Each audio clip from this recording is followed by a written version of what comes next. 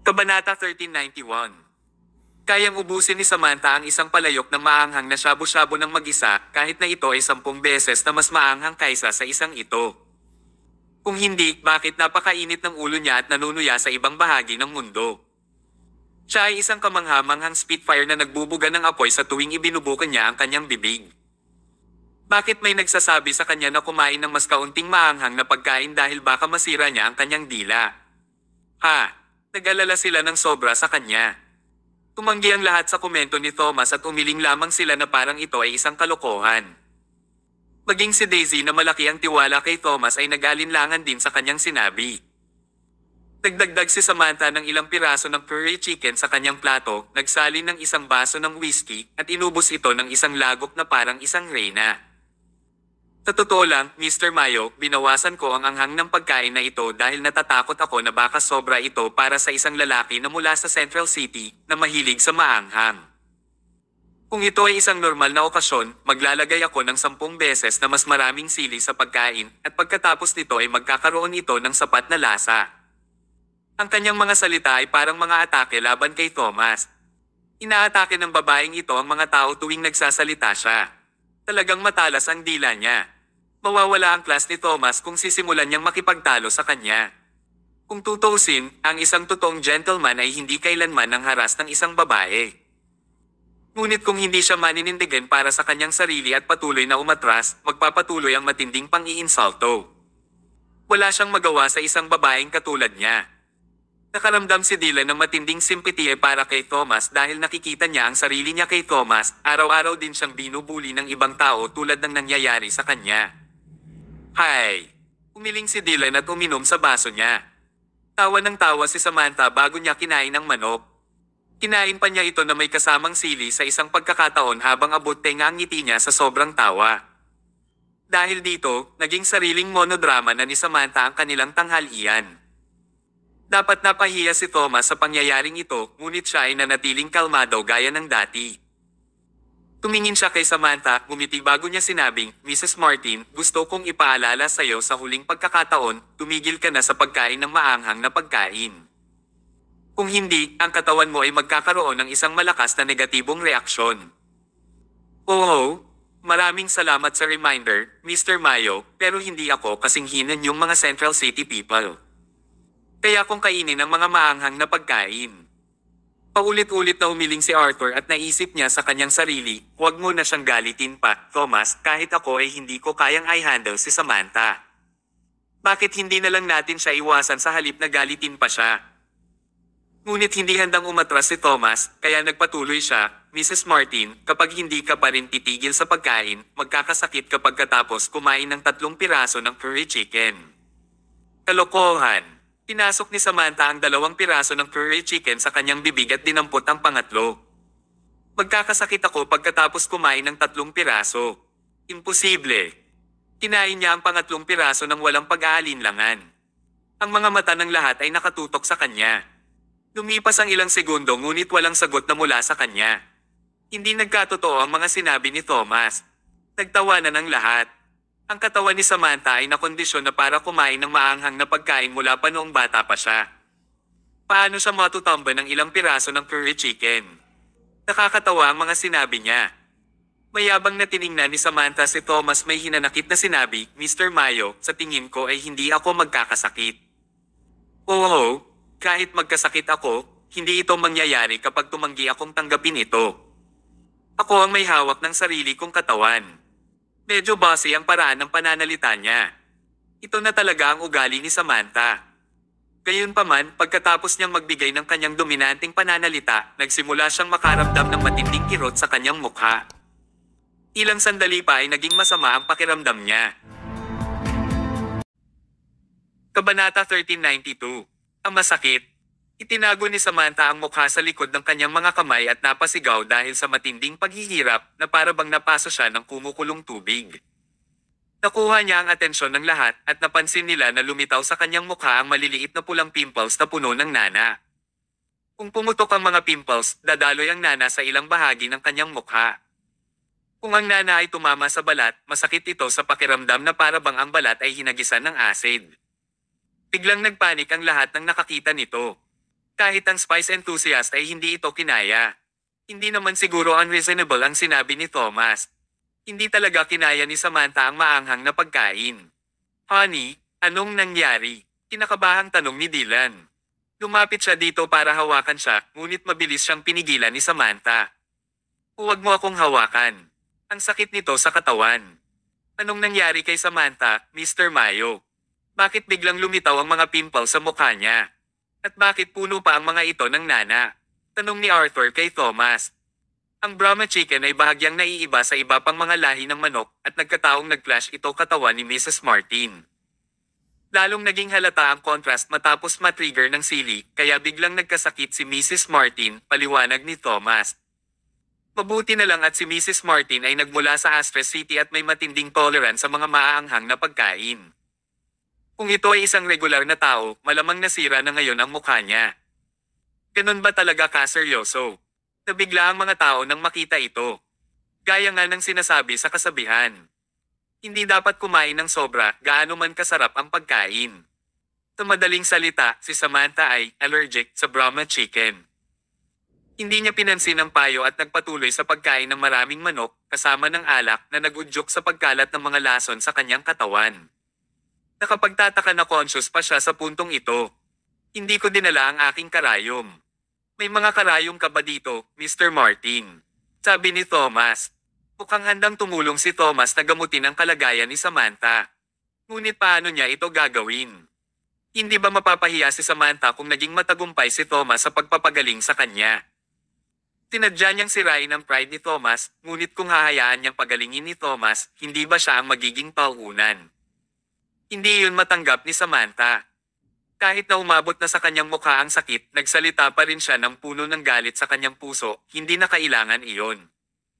Mayroon akong sariling personal na doktor. Hindi ko kailangan ng tulong ng isang taong tulad mo. Lahat ng tao sa kwarto ay umiling, iniisip nila na masyadong petty si Samantha. Ngunit wala silang sapat na lakas ng loob para pagsabihan siya. Pagkaraan ng ilang sandali, ang personal na doktor ni Samantha, si Noel, ay pumasok sa kwarto dala ang kanyang medical kit. Agad namang sinabi ni Dylan sa kanya, Dr. Chrisman, suriin mo ang asawa ko. Anong nangyari sa kanya? Lumapit si Noel kay Samantha, ibinaba ang kanyang mga kamay at seryosong pinagmasdan ang mga pimple sa kanyang mukha habang tinatanong din siya tungkol sa kanyang kalagayan bago siya magkasakit. Kawakas, pagkatapos ng isang round ng examinations, nakarating siya sa isang conclusion. Nagkasakit si Samantha dahil nagkaroon siya ng matinding allergic reaction. Ang kanyang conclusion ay kapareho ng sinabi ni Thomas noon. Kaya mo ba siyang gamutin, Dr. Chrisman?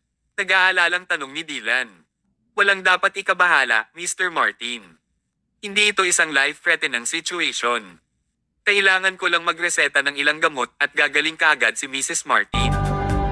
Mabilis lang mawala ang mga allergic reactions. Huwag kang mag-alala. Kabanata 1393. Salamat sa Diyos. Matapos marinig ang sinabi ni Noel, nakahinga ng maluwag ang mga taong nakapalibot sa kanila. Mabuti lang at hindi masyadong malala ang sakit. Pagkatapos nito, nagreseta si Noel ng ilang gamot kay Samantha. Kunin mo na ang mga gamot na nireseta ko, sabi niya habang iniaabot kay Dylan ang Race Eta. Pilasan mo, kailangan niyang gumaling agad. Okay, sige. Handa na sanang umalis si Dylan para kunin ang mga gamot nang biglang sumabad si Thomas at malamig na sinabi, may mali sa Race Eta. Hindi nito magagamot si Mrs. Martin pero ito pa ang magpapalala sa kanyang kondisyon. Kung mangyayari iyon, magiging mahirap itong harapin. Ano? Umarap si Noel kay Thomas, baka sa kanyang mukha ang sama ng loob. Isang ipinagbabawalan na gawain na sabihin na hindi alam ng isang doktor kung paano ililigtas ang buhay ng isang pasyente sa harap mismo ng doktor. Mild lang ang mga prescription ko at ang mga ito ay nababagay sa mga kagustuhan ni Mrs. Martin. May problema ka ba dito? Ako rin ang personal na doktor ni Mrs. Martin at medyo pamilyar ako sa kanyang kalusugan.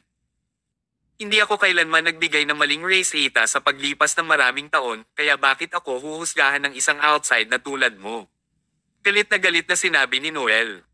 Huwag kang magalit, Dr. Chrisman. Tinasabi niya ang lahat ng ito dahil natatakot siya na pagalingin mo ang asawa ko at nakawin ang kanyang kasikatan, mapang-alipusta na sinabi ni Dylan. Kalokohan. Paano siya maiinggit sa kakayahan kong magpagaling at magligtas ng mga buhay? Ahaha, mapanuyang sinabi ni Noel. Pareho nilang minamaliit si Thomas na para bang wala siyang silbi. Nagalok si Thomas na tulungan siya dahil sa mabuting kalooban, ngunit sa huli, siya ay inakusahan ng pagnakaw ng credit mula sa ibang tao. Hindi talaga ganun ang ibig sabihin niya. Nanatiling tahimik si Dylan at nagmamadaling kinuha ang mga nireseta ng doktor. Ilang sandali lang ay bumalik siya dala ang gamot at iniabot ito kay Samantha. Mrs. Martin, isang huling advice mula sa akin, hindi mo talaga pwedeng inumin ang gamot na ito. Sabi ni Thomas habang iniinom ni Samantha ang gamot. Nag-alinlangan si Samantha. Hindi niya pinansin ang payo ni Thomas at dahil dito, nagkasakit siya. Ngayon kailangan niyang gawin muli ang parehong desisyon at paano kung tama si Thomas. Tumayo si Noel, tinapik ang kanyang dibdib at sinabing, Mrs. Martin, sinisiguro ko sa iyo na walang problema sa gamot na ito. Ako ang iyong personal na doktor sa loob ng maraming taon at hindi mo pa rin pinagkakatiwalaan ang aking medical skills. Paano mo mapagkakatiwalaan ang ibang tao at hindi ang iyong personal doctor? Sa katunayan, walang dahilan para hindi siya magtiwala kay Noel. Hindi na nakayanin ni Samantha ang sakit at wala ng oras para isipin iyon, kaya huminga siya ng malalim at ininom ang gamot sa isang lagok. Wala pang 3 minuto pagkatapos niyang inumin, nagkaroon kaagad ng epekto. Nagsimulang hamupa ang mga palto sa kanyang pisngi at ang mga pimples ay unti-unting lumiit at kumupas na rin. Gaya ng nabanggit ni Noel, ang mga acute allergy reactions ay nawawala ng mabilis. Tuluyan ng hamupa ang mga palto sa kanyang mukha pagkatapos niyang uminom ng gamot. Nakahinga ng maluwag si Samantha at natuwa siya nang mapagtanto niyang gumagaling na siya. Sa kabutihang palad, pinili niyang magtiwala kay Noel. Kung naniniwala nga siya kay Thomas, sa malamang ay puno ng paltos ang mukha niya at pumangit pa siya ngayon. Nang mawala ang mga sintomas, mapanuksong tumawa si Noel at nagtanong, ngayon, may problema ba sa race 8 ako? Habang nakatitig kay Thomas. Ang pangyayaring ito ay nagturo sa atin ng isang mahalagang aral, huwag basta-basta magsalita kung wala kang alam. Ito ay isang kahihiyan para sa'yo. Lahat ng nasa mesa ay mapanuyang nakatingin kay Thomas na nanunuya. Tingnan natin kung ano pa ang masasabi mo. Medyo nahiya sina Daisy at Arthur. Ang pagkain nila kanina ay hindi enjoyable at ang kanilang relasyon kay Thomas ay hindi magtatapos sa mabuting mga kondisyon. Gayunpaman, si Thomas ay hindi nasaktan sa pangyayaring ito. Tinuro niya si Samantha at sinabi kay Noel, Dr. Chrisman ang pangalan mo, hindi ba? Gusto kong i-suggest na tumigil ka sa pagiging masyadong excited. Ilang sandali lang, hindi man lang aabot ng 5 minuto, malalaman mo na kung anong nagawa mong mali. Kabanata 1394. Nalilitong tumingin ang lahat kay Thomas. Bakit pa siya nagpapanggap ngayong umabot na sa puntong ito ang kanilang sitwasyon? Matagumpay na nagamot ni Dr. Chrisman ang sakit ni Samantha, kaya bakit sinusubukan pa rin niyang gumawa ng gulo?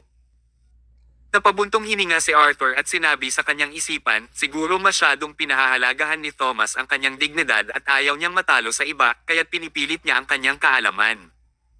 Pero ang problema ay nasa harap ng kanyang mga mata at ito ang katotohanan.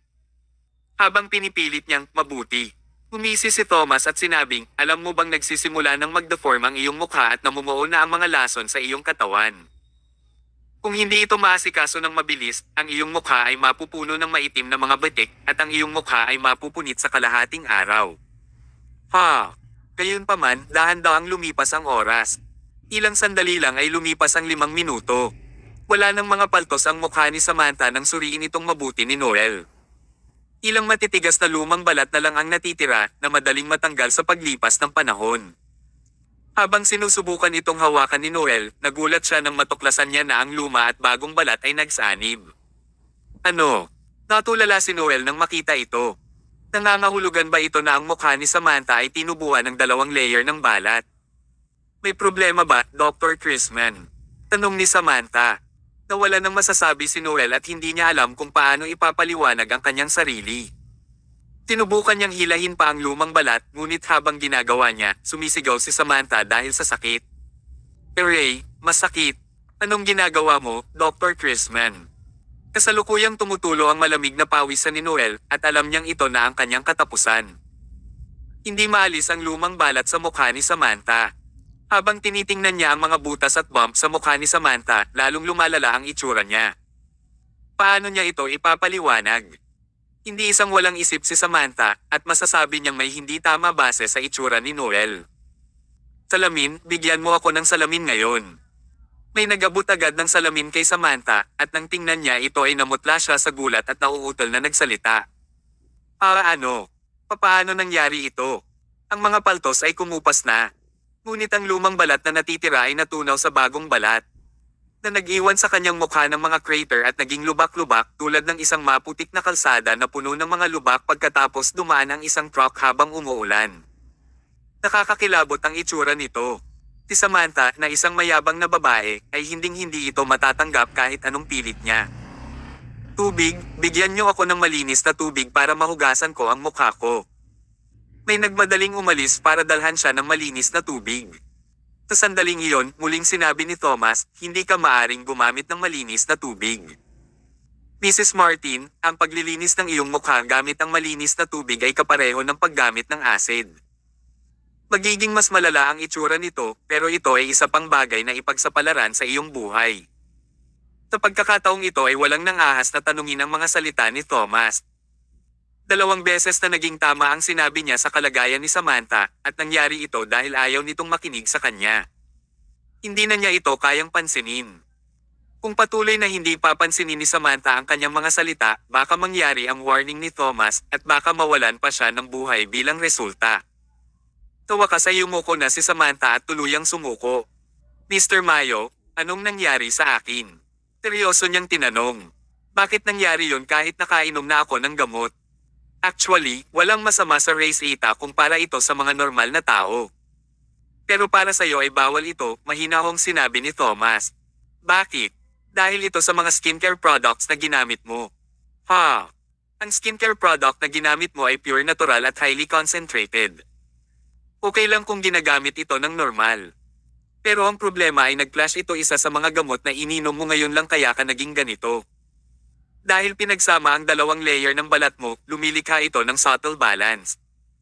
Kung hugasan mo ang iyong mukha ng malinis na tubig, ang balanseng iyon ay masisira, at ang iyong mukha ay tuluyang masisira. Paliwanag ni Thomas. Kabanata 1395. Naliwanagan si Noel matapos ang kanilang pag-uusap. Ang skincare product na gamit ni Samantha ay sumalungat sa race eta na nagpapaliwanag kung bakit hindi alam ni Noel kung ano ang mali. Mahirap din para sa mga ordinaryong doktor na ma-realize ang maliit na bagay na iyon. Sa kabaligtaran, naamoy ni Thomas ang mga ingredients sa skincare products ni Samantha at nalaman niya agad kung ano ang mga ito. Ito ay isang skill na hindi taglay ng mga ordinaryong doktor. So, ano sa palagay mo ang dapat kong gawin ngayon? Takot na tinanong ni Samantha. Mahinahong sumagot si Thomas, may 2 paraan. Ang unang paraan ay panatilihin ang balanseng ito hanggang ang 2 layer ng balat ay magsanib, kung saan pwede mo nang hugasan ang iyong mukha gamit ang normal na tubig. Hindi pwede. Hindi ba ibig sabihin nito ay magiging makapal at magaspang talaga ang balat ko? Bakit ako haharap sa ibang tao kung magaspang ang aking balat? Determinado si Samantha na huwag tanggapin ang method na ito. Ang natitira na lamang ay ang pangalawang paraan. Napabuntong hininga si Thomas, ang pamamaraang ito ay makakatulong sa iyo na gumaling tulad ng dati, pero medyo masakit ang method na ito. Sabihin mo na lang kung ano iyon. Tatanggapin ko basta't maibalik ko ang itsura ko kahit gaano pa kasakit. Sumagot naman si Thomas, gagamitan kita ng mga karayom para ang mga luma at panibagong balat hindi pa sama-sama sa bawat isa ay kusang mahuhulog. Pero sobrang sakit nito sa pakiramdam, mas masakit pa sa pagbunot ng mga kuko mo. Baka mamatay ka sa sakit. Hindi mo ba ako pwedeng bigyan ng anesthetic? Hindi. Hard. Nagsisisi si Samantha sa loob-looban niya, pero itinago niya ito. Wala sana siya sa ganitong sitwasyon kung nakinig siya kay Thomas kanina. Nag-aatubili, pinili niyang sumang-ayon na hayaan si Thomas na pagalingin siya. Kung tutuusin, mas gugustuhin niyang tanggapin ang sakit kaysa magkaroon ng pangit na mukha. Kaya naman, umalis ang lahat sa kwarto at nag-set up ng isang kama bilang isang temporary ward. Pagkatapos, iniabot ni Noel kay Thomas ang karayom na ginamit niya. Tumango si Samantha, saka siya itinali siya sa kama at pinasubo sa isang bagay para pigilan ang kanyang sarili na kagatin ang kanyang dila. Handa ka na ba? Tanong ni Thomas. Tumanggaw si Samantha. Kawakas, may bakas ng takot sa mga mata ng Spitfire. Maingat na sinimulang itusok ni Thomas ang mga karayom sa mukha ni Samantha. Isang karayom, dalawang karayom, tatlong karayom. Kasabay ng pagpasok ng pilak na karayom ay unti-unting nalaglag ang dalawang layer ng balat na hindi pa ganap na magkakadugtong. Ang pakiramdam na iyon ay katulad ng pagpunit ng isang layer ng laman sa iyong katawan. Sa madaling salita, Ray. Pawis na pawis ang buong katawan ni Samantha. Ang kanyang mga kamay at paa ay pilit na nagpupumiglas. Patuloy ang agos ng luha sa kanyang mga mata. Napakasakit ng pakiramdam na ito. Regardless sa paghihirap ni Samantha, nanatiling nakatutok si Thomas sa pagpasok ng mga karayom at hindi siya nang ahas na maging mabagal pa. Nakakatakot pagmasdan ang eksena sa loob ng kwarto. Nagtago si Daisy sa kabilang kwarto para iwasan itong makita. Masyadong mahirap para sa kanya na panoorin ang mga madugong eksena. Mahigpit na nakasara ang mga kamao ni Dylan. Tinubukan niyang isipin ang sarili na nakahiga sa kama at pakiramdam niya ay hihimatayin siya sa sakit. Kamangha-mangha kung mag-survive pa si Samantha dito. Honey, manatili ka dito, sabi ni Dylan sa kanya. Sa wakas ay natapos ang operasyon pagkatapos ng 2 oras. Ang lumang balat ni Samantha ay naligas at maingat na pinutol ito ni Thomas gamit ang mga forceps. Ang bagong rosy pink na balat na lang ang natira. Mrs. Martin, congratulations, nag-survive ka sa operasyon. Kabanata 1396. Sa huli, nilagyan ni Thomas ng isang layer ng ointment ang mukha ni Samantha. Pagkatapos ay binalot ito ng mga bandage at inutusan siyang maglagay ng bagong ointment isang beses sa isang araw para gumaling siya at bumalik ang kanyang itsura pagkatapos ng 1 linggo. Kasunod nito ay tumabi si Thomas at hinugusan ang kanyang kamay.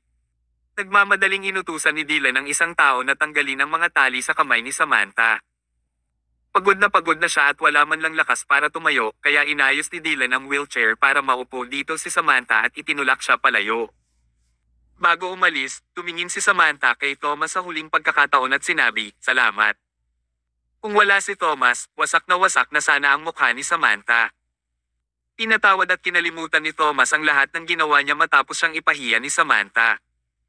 Handa siyang tulungan ng babae kapag kailangan niya ng tulong. Tinulungan pa niya si Samantha sa pag-recover sa facial damage nito.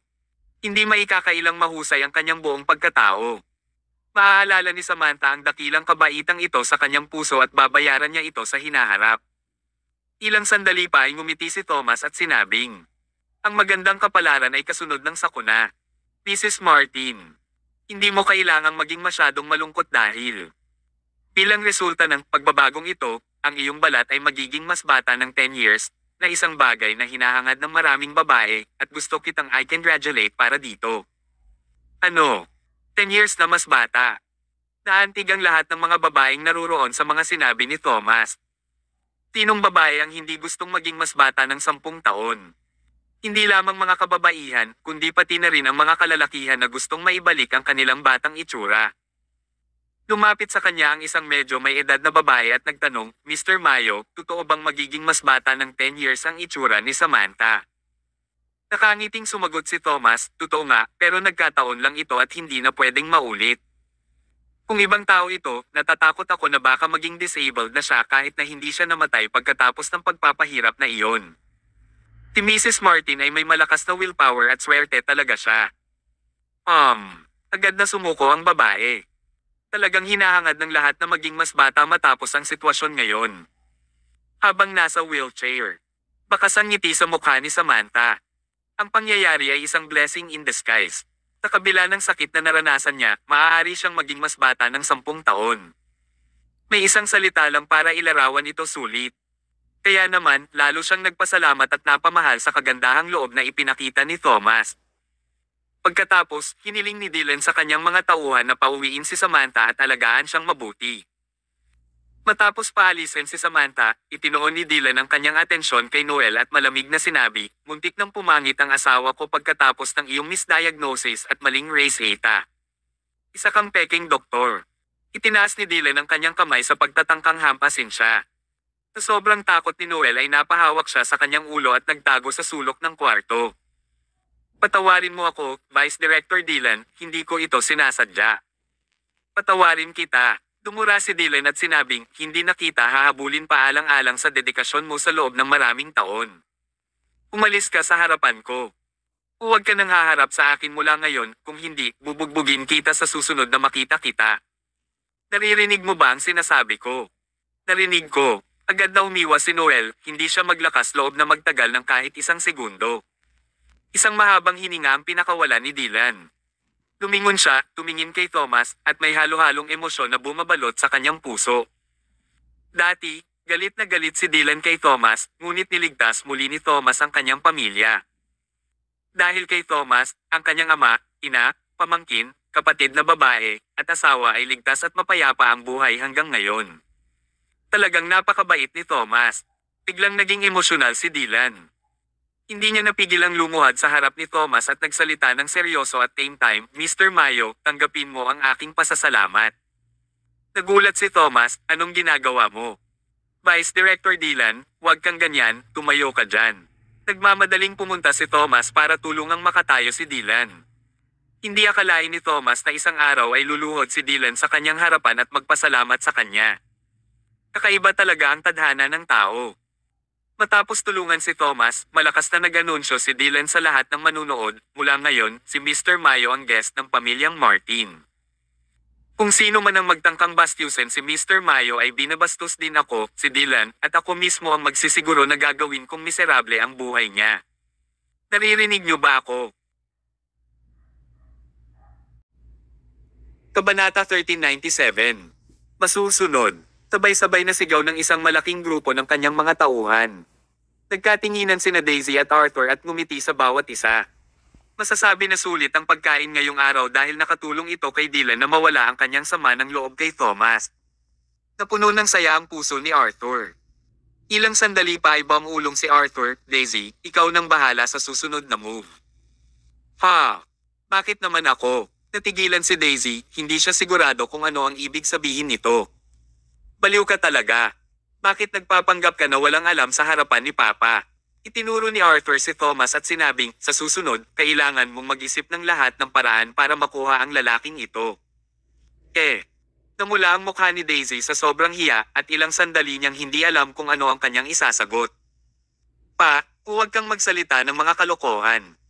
Talagang masaya si Daisy kahit pa hindi niya alam kung ano ang kanyang sasabihin.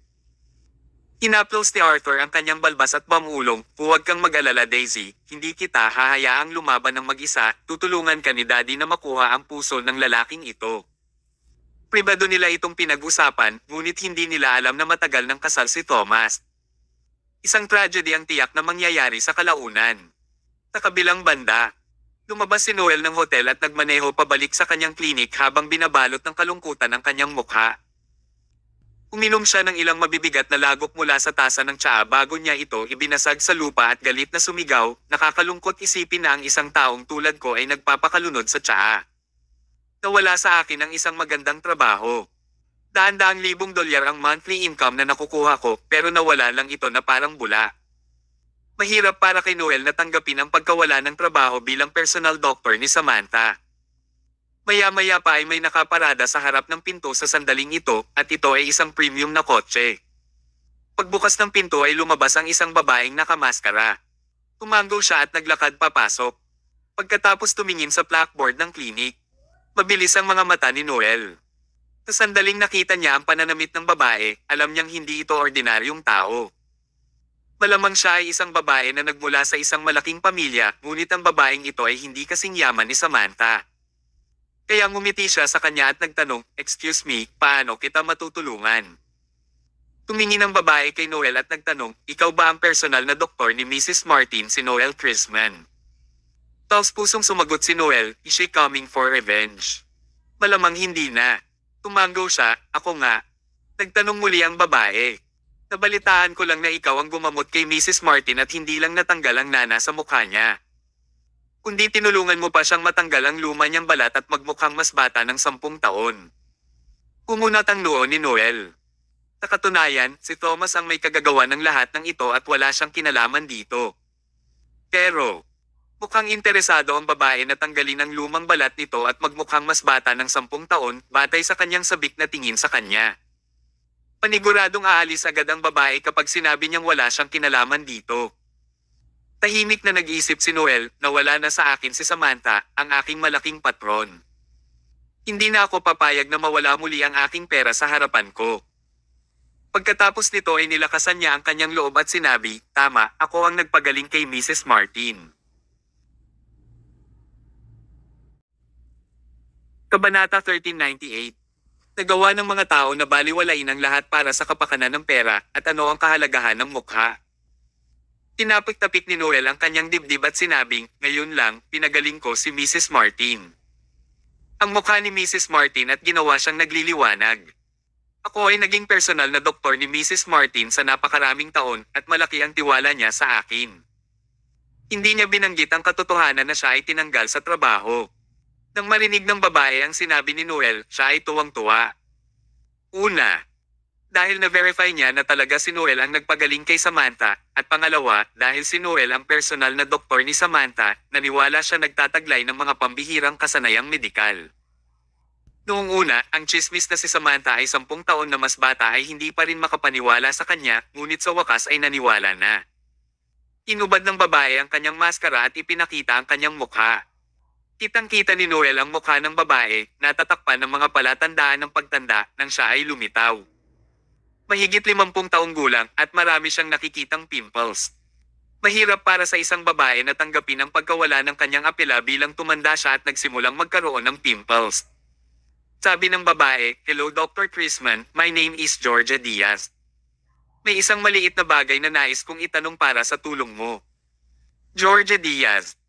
Umunat ang noo ni Noel, pakiramdam niya ay narinig niya ang pangalang ito somewhere, at bigla niyang naalala at nagtanong sa pagtataka, ikaw ang kapatid ng ulo ng pamilya Diaz. Ngumiti ng mahina si Georgia, exactly. Ang pamilya Diaz bilang isa sa 3 major ng Central City ng pamilya, at ang dalawa pa ay ang Gomez at Martin pamilya sa mga tuntunin ng lakas at talento. Si Georgia ay ang biolohikal na kapatid ng pamilya Diaz na kontemporaryong ulo. How dare Noel na pabayaan siya? Nagmamadali siyang nagbigay daan at inabot siya para imbitahan siya sa loob ng klinik. Nako, pasensya na hindi kita nakilala, please come sa loob, Miss Diaz. Huwag magtagal sa labas ng pinto, tayo na at mag-usap sa loob. Okay. Si Georgia, sa kabaligtaran, ay tila napakamagalang at magalang. It was her upbringing. May 2 bodyguard na nakasunod sa likod niya. Dahil sa kanilang malaking sukat, kailangan nilang yumuko bago pumasok sa pinto kasing kapal ng troso ang kanilang mga kalamnan. Ito ay sobrang nakakatakot. Napalunok ng laway si Noel at hindi naglakas loob na manggulo sa paligid. Pagkatapos niyang maupo ng harapan ni Georgia, ngumisi siya at nagtanong, nagtataka ako kung ano ang magagawa ko para sa iyo. Tinuro ni Georgia ang mukha niya, gusto ko lang matanggal ang mga acne sa mukha ko. By the way, pakigawa ng skin ko na makinis din. Tulad ng sa pagiging mas bata ng 10 taon, kung magagawa mo ito, kung gayon ito ang pinakamahusay, ngunit kung hindi mo ito makamit, hindi kita pipilitin. Napangiti si Noel. Yun lang. Madali. Mayroon pa rin siyang ilang antas ng kasanayan. Kung tutusin, siya ang dating personal na doktor ni Samantha. Sinabi ni Noel, ako na ang bahala sa lahat ng mga bagay na ito. Tuwang-tuwa si Georgette, Dr. Chrisman, ang gastos ako na bahala, sige basta matulungan mo akong tanggalin ang facial acne ko. Ibibigay ko sa iyo ang gusto mo. Sa sobrang tuwa ni Noel ay napangiti siya hanggang tenga. Napangiti siya at sinabing, sayang, masyadong kang magalang si Miss Diaz. Ang pera ay isang panlabas na bagay. Karangalan ko na tretuhin ka. Ang magalang na pag-uusap na ito ay mas mahusay kaysa sa sino man ng iba. Sumunod, binigyan ni Noel ng all-around physical na pagsusuri kay Georgia at pagkatapos ay ang kanyang mukha ay meticulously tinuri at ginagamot ng may pag-iingat. Nagmukhang propesyonal ang lahat. Gayunpaman, ang sinumang may kaalaman ay maaaring makakita ng tama. Pero nagpapalabas lang ng palabas si Noel. Wala siyang kakayahan na tunay na tumulong kay Georgia sa pagpapagaling ang acne niya. Hindi naman siya si Thomas. Gayunpaman, maaari niyang gawing hindi gaanong halata ang acne sa pamamagitan ng ilang medikal na paraan at pansamantala rin makinis ang balat. Ang tanging problema ay ang mga side effect ay medyo malakas. Ngunit hindi ito mahalaga. Nang magsimula ang mga side effect, lalapit pa rin sa kanya ang pasyente at magmamakaawa. Nagawa niyang kumita mula sa mga pasyente pabalik-balik sa ganitong paraan. Kabanata 1399. Talaga naman, sa tuwing ginagamot niya siya, hindi niya naalis ang sakit ng radikal. Bukod dito, ang mga side effect ay medyo seryoso. Mapipilitin si Jorge Diaz na humingi ng tulong tuwing 2 araw dahil sa pagbabalik. Walang alam si Jorge sa medisina, at nagsisinungaling din si Noel sa kanya kaya naman siya naloko. Hindi lang siya nagbibigay ng pera kay Noel, ngunit libre rin niya itong ina-advertise. Sinabi niya sa mga tao na si Noel ay may mahusay na mga medikal na kasanayan na humantong sa mas maraming mga batang babae na labis na nagmamalasakit sa kanilang mga hitsura sa kanya. Ang pamagat ng Master Beautician ay kumalat sa buong Central City sa napakaikling time frame. Si Thomas Mayo ay nasa kanyang opisina sa Sterling Technology at nakapikit siya habang siya ay nagpapahinga. Pumasok ang kanyang sekretarya na si Diana na humihikab. Inilagay niya ang mga dokumento sa mesa at casual na sinabi, Mr. Mayo, kailangan mong dumaan sa mga dokumentong ito bago ka umalis sa trabaho ngayon. Mangyaring alalahanin ang oras habang pinagdaraanan mo ang mga ito. Napabuntong hininga si Thomas. Bawat isang araw, kailangan niyang harapin ang walang katapusang dami ng trabaho. Sobrang nakakapagod. Kumuha siya ng pulang panulat at nang magsisimula na siyang mag-edit, may naamoy siyang kakaiba. Inangat niya ang ulo niya at tinitigan si Diana, tinitigan niyang mabuti ang mukha nito. Nagulat si Diana. Ano ang nangyayari? Namula ang mukha niya sa kahihiyan habang nagtatanong, Mr. Mayo, ano? Anong meron? Naisip ni Diana na nakuha niya ang atensyon ni Thomas sa ganda ng suot niya ngayon. Natuwa siya. Ngunit sa kanyang pagtataka. Sumimangot si Thomas at sinabi sa seryosong tono, may ginawa ba sa mukha mo, Diana? Ha? Natigilan si Diana ngunit nakapag-react kaagad at sinabing, napaka-perceptive mo, Mr. Mayo. Napansin mong may ginawa sa mukha ko sa isang sulyap. Ang iyong mga kasanayan sa medikal ay hindi talaga pinalaki. Tinanong ni Thomas, ano ang ginawa sa iyong mukha? Sabihin mo sa akin. Nagkibit balikat si Diana. Nagpunta ako sa isang skincare clinic. Binigyan ako ng doktor doon ng ilang jab sa mukha ko at nilagyan ng ointment. Yun lang. Anong pakiramdam mo? Ano ang nararamdaman ko? Medyo maganda ang pakiramdam ko. Pagkatapos ng paggamot, ang aking mukha ay nakaramdam ng lamig at komportable, at saka natanggal na rin ang acne sa mukha ko. Hindi naman masakit. Kung titignan ng kanyang ekspresyon, talagang masaya si Diana. Ngunit, hindi siya magiging masaya ng matagal. Pinuksan ni Thomas ang drawer at naglabas ng maliit vial ng berdeng likido. Pagkatapos ay inilagay niya ito sa mesa. Maghanda ka na ng isang palanggana ng mainit na tubig at ibuhos ang likidong ito dito. Haluin ang tubig hanggang sa ito ay pantay na ipinamahagi at hugasan ang lahat ng pamahid sa iyong mukha. Pagkatapos nito, panasan mo ang iyong mukha. Ibibigay ko sa iyo ang acupuncture para maibalik ang iyong mukha sa dati. Pumunta ng mabilis. Ano? Natigilan si Diana ng ilang segundo. Bakit niya gustong ibalik ito sa dati? Siya ay gumastos ng higit sa $20,000 upang ayusin ang hugis ng kanyang mukha at upang maalis ang kanyang acne. Ngunit nais ni Thomas na ibalik siya sa hitsura niya. Walang saysay iyon. Nagpout si Diana at sinabing, hindi ba ako maganda ngayon, Mr. Mayo? Mabuti. Humisi si Thomas at sinabing, alam mo bang nagsisimula ng mag-deform ang iyong mukha at namumuo na ang mga lason sa iyong katawan? Kung hindi ito maasikaso ng mabilis, ang iyong mukha ay mapupuno ng maitim na mga batik at ang iyong mukha ay mapupunit sa kalahating araw. Ha? Napatalon si Diana sa gulat. Pinaglalaroan mo ba ako, Mr. Mayo? Mukha ba akong nakikipaglokohan sa iyo? Si Thomas ay hindi kailanman gagawa ng gayong pailay na biro. Dahil naglakas loob siyang sabihin iyon, tiyak na mangyayari iyon. Laking gulat ni Diana kaya nanginginig siya. Agad siyang tumalikod at tumakbo palabas ng opisina para ihanda ang mainit na tubig. Kabanata 1400. Maya-maya, naghanda si Diana ng isang palanggana ng mainit na tubig at dinala ito sa opisina ni Thomas. Malungkot na tanong niya, sapat na ba ito, Mr. Mayo? Tumango si Thomas, tama na. Ikaw na ang maghugas sa mukha mo, hindi para sa shower. Inilublab niya ang kanyang kamay at tiningnan ang temperatura. Ito ay okay. Una, isawsaw mo ang iyong mukha sa tubig at hayaan ang iyong buong mukha na madikit sa tubig na iyon. Ikaw, kailangan itong ibabad ng maigi, lalo na kung saan ang nilagyan ng ointment. Si Diana ay sumunod sa kanyang mga tagubilin at inilubog ang kanyang mukha sa palanggana ng mainit na tubig. Isang itim na substansya ang lumitaw sa tubig sa iilan lamang ilang segundo pagkatapos niyang isawsaw ang kanyang mukha. Parang bumuhos ang tinte sa isang palanggana ng tubig, ang tubig ay dahan-dahang naging maulap. Ang ilang mga itim na sangkap ay lumitaw sa tubig pagkatapos ng ilang segundo. Ipinikit ni Thomas ang kanyang mga mata. Ang gamot na inilapat sa mukha niya ay mas malakas kaysa sa inaakala niya. Magulo sana kung hindi niya ito napansin sa oras. Matapos ibabad saglit ang mukha niya. Tapat na iyon. Iniabot ni Thomas kay Diana ang malinis na hand towel para matuyo niya ang kanyang mukha. Maingat na pinunasan ni Diana ang kanyang mukha. Pinuksan niya ang kanyang mga mata at tumingin sa palanggana ng malinaw na mainit na tubig na noon ay maputik. Ito ba? Ito ba sa mukha ko? Tama iyan. Napakarumi nito. Oo. Ipinaliwanag ni Thomas, akala mo ang iyong acne ay tinanggal di ba? Iyan ay hindi totoo. Yung kwek-kwek na yun ay gumamit ng malakas na gamot upang pilitin na sugpuin ang mga lason sa iyong mukha. Habang maaaring mukhang mayroon ang iyong mukha maging makinis at malinaw sa maikling panahon, ang lason ay nasa katawan mo pa rin at hindi paalisan. At dahil ang lason ay pilit na pinigilan, wala itong paraan para mailabas. Na naging sanhi naman ng lason sa lalo lang lumakas. Parang bukal lang, mas mahirap pinindot mo ang isang spring, mas malaki ang puwersa ng pag-urong.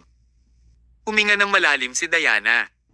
Kaya sinasabi mo, minsan ang mga medikal na epekto ng pamahid ay tapos na, ang lason ay bumalik ng may paghihiganti at atakihin ang mukha ko. Tama. Kaya naman ang epekto nito ang pamahid ay napakalubha. Naiintindihan naman ni Diana. Tinabi niya sa takot. Hindi nakakagulat na sinabi sa akin ng doktor ang simula na ang sakit na ito ay hindi magagamot sa isang maikling panahon na oras, kaya nangangailangan ito ng pangmatagalang paggamot. Siya talaga, alam ang mga epekto ng ointment at binalak na gamitin ito upang makakuha ng mas maraming pera mula sa akin. Anong basura?